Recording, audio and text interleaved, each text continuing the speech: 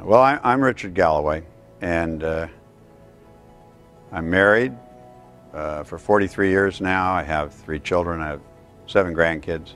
I grew up in Southern California, and now I live in Elizabeth, New Jersey, which is right across the tunnel or bridge, whichever way you want to go from Manhattan, New York. Well, I went to the University of Oklahoma in would have been 1963. I met my wife there, Dixie, who's from Ardmore, and we got married and moved to San Francisco in 1965. Then I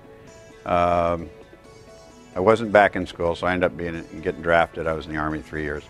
We came back to San Francisco in 1969, and that's when Haight-Ashbury and the whole hippie thing was taking place there. We actually had our apartment on Haight Street. We were about 4 blocks up the hill from Ashbury, and we were very much involved in that. It seemed like a lot of fun. It was a great time. We were going to San Francisco State College, so we were studying during the week. We were going to the Fillmore Auditorium, and it was a time of sex, drugs, and rock and roll, and it was lots of fun, I thought.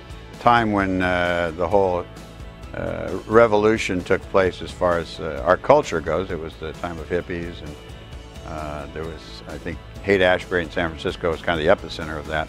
I wanted to be able to do my own thing. I wanted to be able to go where I wanted to go, live where I wanted, take care of my family, and not have to ask anybody or be obligated to anyone. And the conclusion was that you did that in America by being able to pay for it. So the answer for us was to go to work, so we just quit school.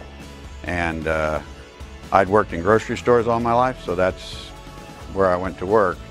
We had a franchise in California, 7-Eleven, for a year, and they wouldn't franchise me more stores. So we ended up moving to Oklahoma City in 1971. We arrived here on Super Bowl Sunday and borrowed a couple $1,000s, and my father-in-law and another guy put a couple $1,000s in the pot. So we had $6,000 capital, and we started with an old Sinclair service station at 13th and Classen, which is still there. I went by yesterday.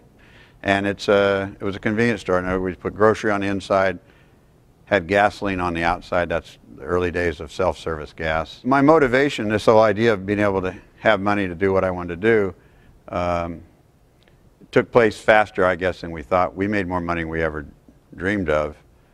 We were millionaires by the time we were 35 years old. We ended up, had 20 stores, 3 corporations, 4 partnerships, and we ended up owning a bank with 5 guys, and we sold that bank and bought another bank. It was First City Bank, downtown Oklahoma City, and I served on the board there.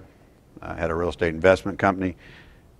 We had our house was Red Rock Manor, which is out in the northeast part of the city. It's an old estate on 13 acres. We had 22 rooms, 7 bathrooms, an elevator, chapel.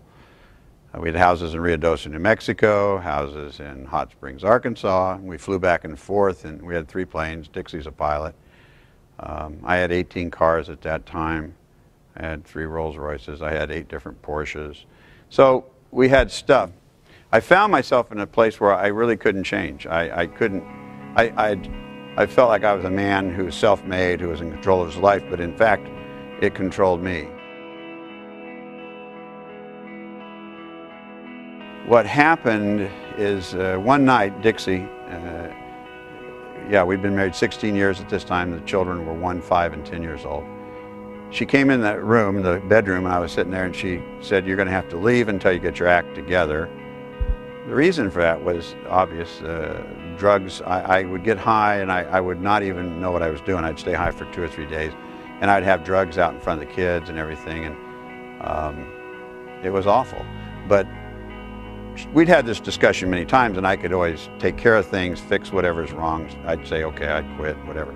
But the fact is, what she wanted, I couldn't deliver on. She wanted a husband. My children wanted a father. I only knew how to do 2 things, and that was to make money, which I was pretty good at, and get high. So as I sat there, she left, and it was the first time in my life I really knew that I didn't know what to do. I always knew what to do. I could make it up. I could create it.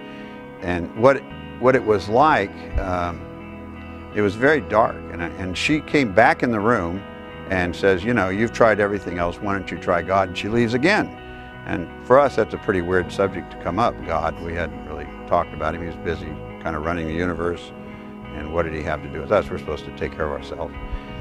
She left, and I sat there, and I thought, you know, I looked at my life, and it's like the cover was taken off my life, and I could see the real value of it. And that, my life was in the toilet.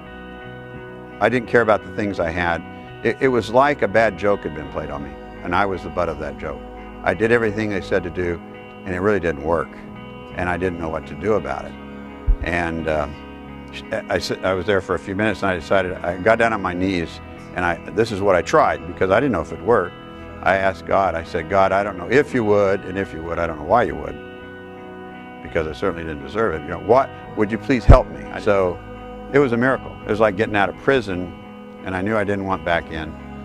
And we just kept, we kept getting up and reading our Bible. I knew I didn't want to do that anymore, and God delivered me. It was a miracle, and I love Jesus very much. It's like every day I'm thankful for what he did, only he could do. I couldn't save myself, is what I discovered.